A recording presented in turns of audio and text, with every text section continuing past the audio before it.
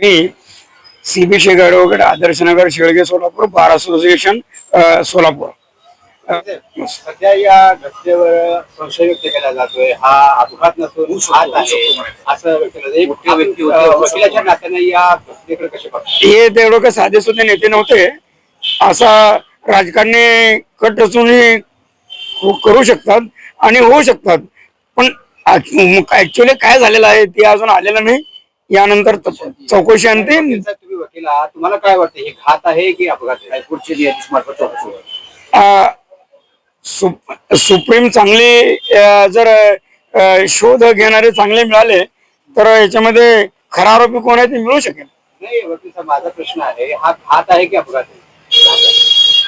अपघात तर नाही, घात असू शकतो. घात असू शकतो. घात असू शकतो. कोण केला असं वाटतं? चौकशीमध्ये आधी चौकशीमध्ये निष्पन्न होईल ना. आपल्या कारकिर्दीत आपल्या पवारांशी आपली काही भेट झालेली आहे? नाही साहेब, आमची भेट वगैरे काय झालेली नाही.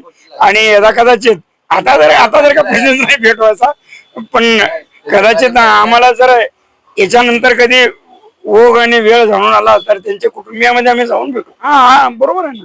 एक गोष्ट राजकारणात धक्का बसलेला आहे म्हणजे त्यांची पकड राजकारणावर चांगली होती इथं, आणि मुख्यमंत्री उपमुख्यमंत्री पदापर्यंत गेलेले होते.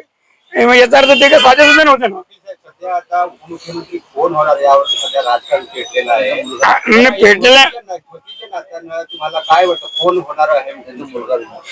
एक आहे, आता खऱ्या अर्थानं त्यांची पत्नी हे सुद्धा राज्यसभेमध्ये निवडून गेलेले आहे. याच्यामध्ये भाजप खेळी करतो असं वाटतं तुम्हाला? 100%.